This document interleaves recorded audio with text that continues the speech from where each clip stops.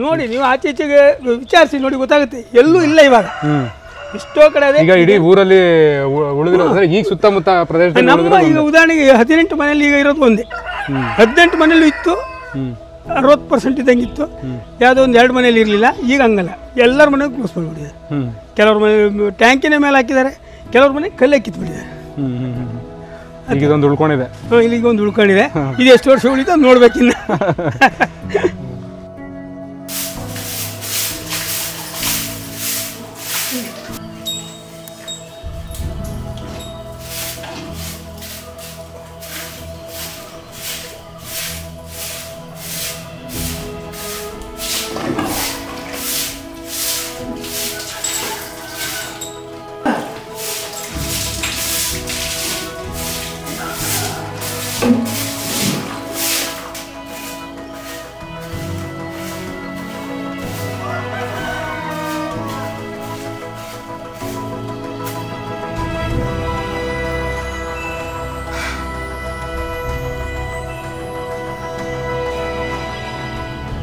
ಈಗ ನೀವು ಕೆಲವರಿಗೆ ಅನಿಸುತ್ತೆ ಇದೇನಪ್ಪ ಇಲ್ಲಿಂದ ತಿರುಗಬೇಕು, ತಿರ್ಗಾ ಇಲ್ಲ ಹಾಕಿದ್ರೆ ಎತ್ತಾಕಬೇಕು, ಇದೇನು ಮಾಡಬೇಕಾಗಿಂತಿಲ್ಲ.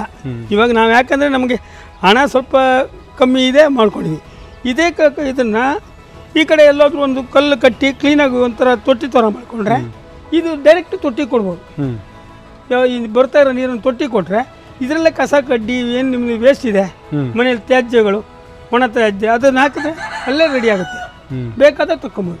ಈ ಥರ ಗಲೀಜು ಆಗಲ್ಲ. ಇದೀಗ ಗಲೀಜು ಉದಾಹರಣೆಗೆ ಈಗ ನಮ್ಮ ಹತ್ರ ಶಕ್ತಿ ಇಲ್ಲ, ಮೇಲ್ಗಡೆ ಇದೆ, ಗಲೀಜಾಗಿ ಕಾಣುತ್ತೆ. ಇದನ್ನೇ ನೀವು ಗುಂಡಿ ಮಾಡಿ ಚಂದ ಮಾಡಿ ಇಟ್ಟರೆ ಚೂರು ಗಲೀಜು ಕಾಣಲ್ಲ. ಮೇಲ್ಗಡೆ ಮಳೆಗಾಲದಲ್ಲಿ ಅದಕ್ಕೊಂದು ಸೀಟ್ ಹಾಕ್ಬಿಟ್ರೆ ಕ್ಲೀನಾಗಿರುತ್ತೆ. ಗೊಬ್ಬರ ಎಷ್ಟು ಬೇಕಾದರೂ ಅಷ್ಟು ಕ್ಲೀನಾಗಿರುತ್ತೆ, ತೆಗಿಲಿಕ್ಕೆ ಎಲ್ಲ ಅನುಕೂಲ ಇರುತ್ತೆ. ಇದೇನಂದರೆ ಸ್ವಲ್ಪ ಈಗ ಇದೆಲ್ಲ ಟ್ಯಾಂಕ್ ಮಾಡಲಿಕ್ಕೆ ಅಥವಾ ಒಂದು ಗೊಬ್ಬರದ ಗುಂಡಿ ಮಾಡಲಿಕ್ಕೆ ಒಂದು 30 ಸ್ವಲ್ಪ ನಾವು ಮಾಡ್ಲಿಕ್ಕೆ ರೆಡಿ ಮಾಡಿದ್ವಿ. ಇವಾಗ ಕಲ್ಲೆಲ್ಲ ತರಿಸಿದ್ದೀನಿ. ನೆಕ್ಸ್ಟ್ ಈಗ ಅದನ್ನು ರೆಡಿ ಇದೆ. ನೆಕ್ಸ್ಟ್ ಗೊಬ್ಬರದ ಗುಂಡಿ ಮಾಡಿಬಿಡ್ತೀನಿ. ಅವಾಗ ಇದನ್ನೇ ಅದಕ್ಕೆ ಟ್ಯಾಂಕಿನ ಈ ಥರ ಇದೆಯಲ್ಲ, ಇದನ್ನು ವಾಪಸ್ ಇದಕ್ಕೆ ಆಚೆ ಕೊಡ್ತೀವಿ, ಅದಕ್ಕೆ ಕನೆಕ್ಟ್ ಮಾಡ್ತೀವಿ. ಅವಾಗ ಆರಾಮ್ ಸಾಧ್ಯಕ್ಕೆ ಹೋಗ್ತಾರೆ. ನಾನು ಎತ್ತಾಕೋಕ್ಕೆ ಶ್ರಮ ಉಳಿತದೆ. ಇಲ್ಲವಾಗೆ ಇದು ನಾವು ಏನು ಮಾಡಿದ್ದೀವಿ ಅಂದರೆ ಇಲ್ಲೊಂಚೂರು ಶ್ರಮ ಕೈಗೆ ಬೇಕು ಅಂತ ಈ ಥರ ಮಾಡೋದು. ಈ ಥರ ಮಾಡ್ಕೊಳ್ಬೇಕಂತೇನಿಲ್ಲ. ಇದಕ್ಕೆ ಒಂದು ಇದು ಬರುತ್ತೆ ಆ್ಯಂಗ್ಲರ್. ಈ ಆ್ಯಂಗ್ಲರ್ಗೆ ಒಂದು ಗಿರಿಗಿಟ್ಟೆ ಅಂತೀವಿ ನಾವು, ಅದು ಬರುತ್ತೆ. ಅದನ್ನು ಸುಮ್ಮನೆ ಹಿಂಗೆ ನೀವು ಈ ರುಬ್ಬಕಲ್ಲಿ ತಿರ್ಸ್ತೀರಲ್ಲ, ಹಿಂಗೆ ತಿರುಗಿದ್ರೆ ಚೆನ್ನಾಗಿ ನೀರಾಗಿ ಹೋಗುತ್ತೆ. ನಾವು ಅದು ಯಾಕೆ ಹಾಕ್ಕೊಂಡಿಲ್ಲ ಅಂದರೆ ಅವಾಗ ಸ್ವಲ್ಪ ನೀವು ಹೇಳಿದಾಗೆ ನಮ್ಮ ಸ್ಥಿತಿನೂ ಕಷ್ಟ ಇತ್ತು. ಅದಕ್ಕಾಗ 3,000 ರೂಪಾಯಿ ವ್ಯಾಲ್ಯೂ ಇತ್ತು ಮಾಡ್ಕೊಳ್ಳುವಾಗ. ಅದು ಮಾಡಿಲ್ಲ. ಅದಿದ್ದರೆ ಆ ಗಿರಿಗಿಟ್ಟೆ ಹಾಕಿದ್ರು ತಿರ್ಸ್ಲಿಕ್ಕೆ ಆರಾಮ್ ಕಸ ಕಡ್ಡಿ ಎಲ್ಲ ಅದರಲ್ಲಿ ನಿಲ್ತದೆ, ನೀರಾಗಿ ಹೋಗ್ತದೆ. ನೀರು ಮಾತ್ರ ಕೆಳಗೆ ಹೋಗುತ್ತೆ, ಸಗಣಿ ನೀರು ಮಾತ್ರ ಟ್ಯಾಂಕಲ್ಲಿ ಹೋಗುತ್ತೆ. ಈಗ ಆಗಿರಲಿಲ್ಲ, ಈಗ ನಾವು ಕೈಲಿ ತಿರ್ಸ್ತಾ ಇದ್ದೀವಿ. ಇವತ್ತು ಮಾಡ್ಕೊಬೋದು. ಇದಕ್ಕೊಂದು ಮಧ್ಯೆ ಒಂದು ಗೂಟ ಹಾಕಿ ಅದಕ್ಕೆ ಒಂದು ಪಟ್ಟಿ ಸಿಗುತ್ತೆ, ಹಾಕಿದ್ರೆ ಮಾಡ್ಬೋದು. ಆದರೆ ಅದಕ್ಕಿಂತ ಇದರಲ್ಲಿ ಏನಂದರೆ ಕೈಗೆ ಶ್ರಮ ಸಿಗುತ್ತೆ ಮತ್ತು ಕ್ಲೀನ್ ಆಗುತ್ತೆ. ಅದರಲ್ಲಿ ಉಂಡುಂಡೆ ಹೋಗುತ್ತೆ. ನಾವು ತಿರ್ಸೋದ್ರಿಂದ ಉಂಡುಂಡೆ ಹೋಗುತ್ತೆ. ಈ ಕೈಲಿ ತಿರ್ಸೋದ್ರಿಂದ ಸ್ವಲ್ಪ ತಿಳಿಯಾಗಿ ನಮಗೆ ಗ್ಯಾಸ್ ಒಂದು ಅರ್ಧ ಗಂಟೆ 1 ಗಂಟೆ ಗ್ಯಾಸ್ ಉತ್ಪನ್ನ ಜಾಸ್ತಿ ಆಗುತ್ತೆ. ಯಾಕಂದ್ರೆ ನೀರು ಜಾಸ್ತಿ ಹಾಕ್ತೀವಲ್ಲ, ಆಗ ನೀರು ಉತ್ಪನ್ನ ಕರೆಂಟು ಜಾಸ್ತಿ ಆಗುತ್ತೆ. ಆಮೇಲೆ ಇವಾಗ ಸಗಣಿ ಇಲ್ಲಿ ಹಾಕಿದ ಮೇಲೆ ನೀರು ಹಾಕಿ ಕಲಸಿ ನೀವು ಒಳಗಡೆ ಹಾಕಿದ್ ಬಿಟ್ಮೇಲೆ ಟ್ಯಾಂಕಿಗೆ ಬಿಟ್ಮೇಲೆ ಎಷ್ಟು ಅವಧಿ ಬೇಕು ಅದು ಗ್ಯಾಸ್ ಕನ್ವರ್ಟ್ ಆಗಕ್ಕೆ? ಅದಂದ್ರೆ ಈಗ ನಾವು ಹಾಕಿರ್ತೀವಲ್ಲ, ಮೊದಲೇದಿರುತ್ತಲ್ಲ ಅದು ಆಗ್ತಾ ಇರುತ್ತೆ. ಇದು ಅಡಿ ಹೋಗಿರುತ್ತೆ. ಇದು ತನ್ನಾಗಿ ರೆಡಿ ಆಗ್ತಾ ಇರುತ್ತೆ. ಈಗ ನಾವು ಹಾಕಿ ಅಂದರೆ ಇದು ನಾವು ಏನಾದ್ರು ಹುಳಿ ಮಾಡಿಬಿಟ್ರೆ ಒಂದು ದಿವಸಕ್ಕೆ ಇನ್ನೂ 1.5-2 ಗಂಟೆ ಜಾಸ್ತಿ ಗ್ಯಾಸ್ ಜಾಸ್ತಿ. ಹುಳಿ ಅಂದರೆ ಯಾವ ಥರ ಗೊತ್ತಾಯ್ತು ನಿಮಗೆ? ಸ್ವಲ್ಪ ಸಗಣಿ ಉಂಟಲ್ಲ, ಇಲ್ಲೇ ತಿರುಗೋದು, ಇಲ್ಲೇ ಇಟ್ಕೊಳ್ಳೋದು. ಇಲ್ಲಿ ಇಟ್ಬಿಟ್ಟು ಈ ನಮ್ಮಲ್ಲಿ ಬ್ಯಾಡ್ದಿದ್ದು ವೇಸ್ಟ್ ಎಲ್ಲ ಇರುತ್ತಲ್ಲ, ಈ ಮಜ್ಜಿಗೆ ನೀರು ಅದು ಇದೆಲ್ಲ ವೇಸ್ಟ್ ಆಗಿರುತ್ತಲ್ಲ, ಅಡುಗೆ ಮನೆ ವೇಸ್ಟ್, ಈ ಮಾವಿನ ಹಣ್ಣಿನ ವೇಸ್ಟು, ಗೇರು ಬೀಜ, ನಮ್ಮಲ್ಲಿ ಗೇರಣ್ಣು ಜಾಸ್ತಿ, ಅದ್ರದ್ದೆಲ್ಲ ವೇಸ್ಟ್ಗಳು ಇದಕ್ಕೆ ಹಾಕಿಟ್ರೆ ಮಾಣಿಸು ಬಿಟ್ಟರೆ ಆರಾಮ್ ನಿಮ್ಮ ಸಗಣಿನೇ ಬೇಡ. ಈಗ ಉದಾಹರಣೆಗೆ ಈಗ ನಮ್ಮ ಮನೆ ಹತ್ರ ನೋಡಿ ಅಲ್ಲೊಂದು ಮಾವಿನ ಮರ ಇದೆ, ಎಷ್ಟು ಮಾವಿನ ಹಣ್ಣು ಬಿದ್ದಿದೆ, ಅದನ್ನ ಕಿವುಚಿದಕ್ಕೆ ಹಾಕಿದ್ರೆ 1 ದಿನಕ್ಕೆ ಆಗೋಷ್ಟು ಇದು ಸಿಗುತ್ತೆ. ಯಾವುದು ಹುಳಿ ಅಂಶ ಜಾಸ್ತಿ ಇದ್ದಿದ್ದನ್ನ ವೇಸ್ಟ್ ಮಾಡಿದ್ರೆ ಗೊಬ್ಬರ ರೆಡಿ ಆಗುತ್ತೆ, ಯಾವುದು ಗ್ಯಾಸ್ ರೆಡಿ ಆಗುತ್ತೆ.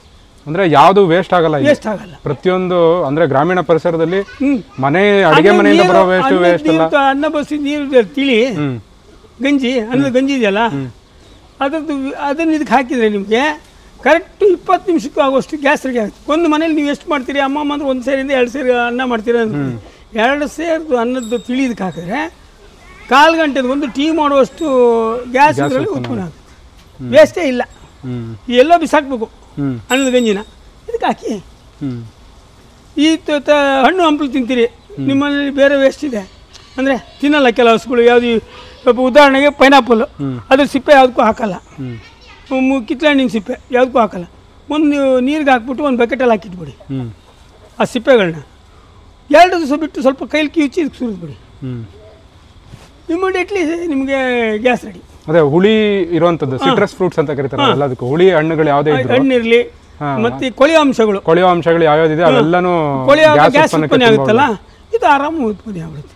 ಹಣ್ಣು ತಿಳಿಯಾಗಿರ್ಬೋದು, ಹಣ್ಣು ಹಂಪಲುಗಳು ಇರ್ಬೋದು, ಕೊಳ್ತೋಗಿರೋದು ಇವೆಲ್ಲ ತೆಗೆದು ನೀವು ಕಿವುಚಿದಕ್ಕೆ ಹಾಕಿ, ಅಲ್ಲಿ ಗೊಬ್ಬರ ರೆಡಿ, ಇಲ್ಲಿ ಗ್ಯಾಸ್ ರೆಡಿ. ಆ ಥರ ಯಾವುದು ವೇಸ್ಟ್ ಆಗಲ್ಲ. ಅಂದ್ರೆ ವೇಸ್ಟ್ ಅಂತ ನಾವು ಬಿಸಾಕುವಂಥದ್ದನ್ನ ಯೂಸ್ ಮಾಡ್ಕೊಂಡು ತಯಾರಿಸುವಂಥ ಒಂದು ಗ್ಯಾಸ್. ಸಗಣಿ ಇರ್ಬೋದು ಅಥವಾ ಬೇರೆ ಉದಾಹರಣೆಗೆ ನಿಮ್ದು ಯಾವುದೇ ಇರ್ಬೋದು, ಈ ಹಣ್ಣು ಹಂಪಲು ಇರ್ಬೋದು, ಯಾವುದೇ ವೇಸ್ಟ್ ಬೇಡ ಅನ್ನೋದು ನೀವೇನು ಇದು ಬಿಸಾಕ್ತೀರಾ, ಕೊಳ್ತೋಗಿರೋ ವಸ್ತು. ಹುಲ್ಲು ಕೊಳಿಲಿ ಸರಿ ಕಿವುಚ್ಬಿಟ್ಟು ಇದಕ್ಕೆ ಹಾಕಿ. ಹಸಿ ಹುಲ್ಲು ಕೊಳ್ತಿರ್ತದೆ, ನೀವು ಹೂವಿನ ಗಿಡದಿಂದ ಹಸಿ ಹುಲ್ಲು ಕೀಳ್ತೀರಾ, ಒಂದು ಬಕೆಟ್ಗೆ ಹಾಕಿ ನೀರು ಹಾಕಿ ಇಟ್ಬಿಡಿ, ಕೊಳ್ತೋಗ್ಬಿಡುತ್ತೆ. ಕಿವುಚಿದಕ್ಕೆ ಹಾಕಿ, ಇದೆಲ್ಲ ಗ್ಯಾಸ್ ರೆಡಿ ಆಗುತ್ತೆ. ಇದನ್ನು ಎಷ್ಟೋ ಜನ ತಿಳುವಳಿಕೆ ಇಲ್ಲ, ಅವರು ವೇಸ್ಟ್ ಮಾಡ್ತಾರೆ. ಅನ್ನ ತಿಳಿ ಇರ್ಬೋದು ಅಥವಾ ಉದಾಹರಣೆಗೆ ಒಂದು ಮಾವಿನ ಹಣ್ಣು ಇರ್ಬೋದು, ಯಾವುದನ್ನು ತೊಗೊಂಡೋಗಿ ಬಿಸಾಕ್ತಾರೆ. ಆ ಬಿಸಾಡೋದ್ರಿಂದ ಕಸದಿಂದ ರಸ.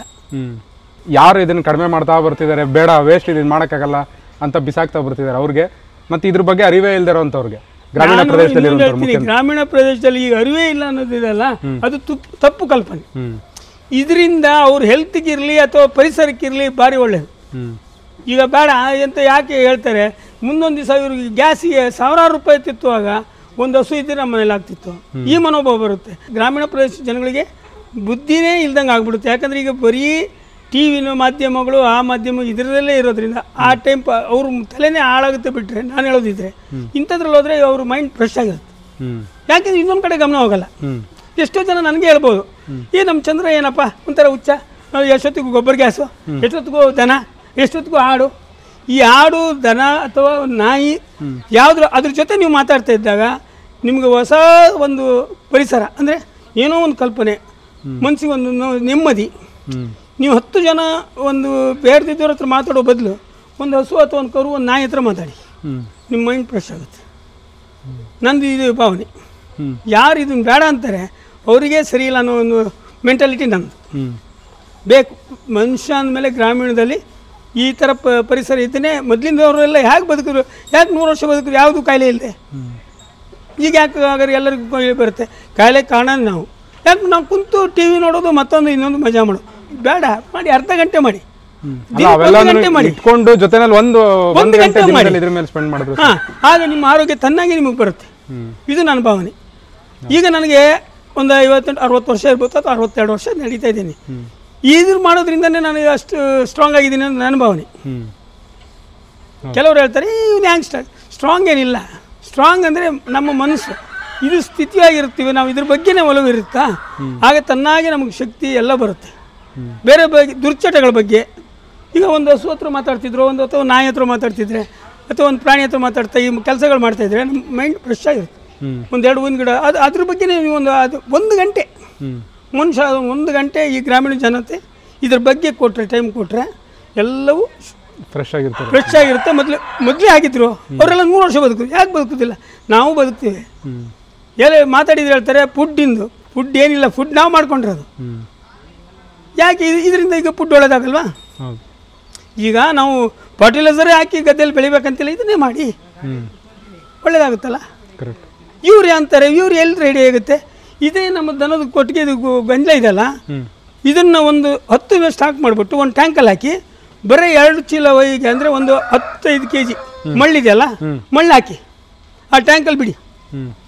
ಇದೇ ಟ್ಯಾಂಕಲ್ಲಿ ಆ ಮಳ್ಳು ಹಾಕಿ ಆ ದನದ ಗಂಜಲ ಬಿಟ್ಟಾಗ ಯೂರಿಯಾ ನಿಮ್ಮಲ್ಲೇ ರೆಡಿ ಆಗುತ್ತೆ. 1 ತಿಂಗಳಾದ್ರೂ ಮಾಡಿದ್ರೆ ಕರೆಕ್ಟು 8 kg-ಯಿಂದ 10 kg ಯೂರಿಯಾ ರೆಡಿ ಮಾಡ್ಬೋದು. ಅದರಿಂದ ಡಬಲ್ ಅವ್ರದ್ದು 1 ಚೀಲ ಯೂರಿಯಾಕ್ಕೆ ನಾವು 400-300 ರೂಪಾಯಿ ಕೊಡ್ತಿರ್ತೀವಲ್ಲ, 50 kg ಫರ್ಟಿಲೈಸರ್ ಯೂರಿಯಾ, ಅದನ್ನ ಇಲ್ಲ ನಮ್ಮಲ್ಲೇ ರೆಡಿ ಮಾಡ್ಬೋದಲ್ಲ. ಈ ದನದ ಗಂಜಲದಲ್ಲೇ ಯೂರಿಯಾ ರೆಡಿ ಆಗುತ್ತೆ. ಅದು ಎಷ್ಟೋ ಜನಕ್ಕೆ ಗೊತ್ತಿಲ್ಲ. ದನದ ಗಂಜಲಕ್ಕೆ ಏನೂ ಬೇಡ, ನಿಮ್ಮದು ಇದೆ ದನದ ಗಂಜಲನೇ ಸ್ಟಾಕ್ ಮಾಡಿ ಇದು ಸ್ವಲ್ಪ ಅದಕ್ಕೆ ಸಗಣಿ ಹಾಕಿ ಮಳ್ಳು ಹಾಕಿ ಬಿಡೋದು. ಹೊಯ್ಗೆ ಅಂತ ನಮ್ಮಲ್ಲಿ ಹೊಯ್ಗೆ ಅಂತೀವಿ, ಬೇರೆ ಕಡೆ ಮರಳು ಅಂತಾರೆ. ಅದನ್ನು ಹಾಕಿಬಿಡಿ, ತಿಂಗಳು ಬಿಟ್ಟು ಅದು ಯಾವುದೇ ಗಿಡಕ್ಕೆ ನೀವು ಉಪಯೋಗಿಸಿ ಅದನ್ನು, ಅದರಲ್ಲಿ ಯೂರಿಯಾ ಅಂಶ ರೆಡಿ ಆಗುತ್ತೆ. ಕೊಬ್ಬಿನಾಂಶ ರೆಡಿ ಆಗುತ್ತೆ. ಆವಾಗ ತನ್ನಾಗೆ ಬೇಡ ಅಂದರೆ ಗಿಡ ಪಾಸ್ ಆಗುತ್ತೆ. ಆ ನೀರು ಒಣಿಬೇಕಷ್ಟೆ. ಯಾವುದು ನಾವು ಹಾಕಿರೋ ಟ್ಯಾಂಕಲ್ಲಿ ಹಾಕಿರೋ ದನದ ಗಂಜಲ ಇದೆಯಲ್ಲ ಅದು ಒಣಿತಾ ಬಂದಂಗೂ ಇದು ಕೊಳೆತು ಕಪ್ಪಾಗಿ ಇದು ಹೊಯ್ಗೆ ಇರೋದು ಯೂರಿಯಾ ಅಂಶ ರೆಡಿ ಆಗುತ್ತೆ. ಅವ್ರದ್ದು 80% 90% ನಮ್ಗೆ 40% ಬರಲಿ. ಇದು ಪ್ರಕೃತಿ ಇದಲ್ಲ, ನ್ಯಾಚುರಲ್ ಆಗಿರೋದನ್ನ ಬೆಳೆಸ್ತಾನೆ.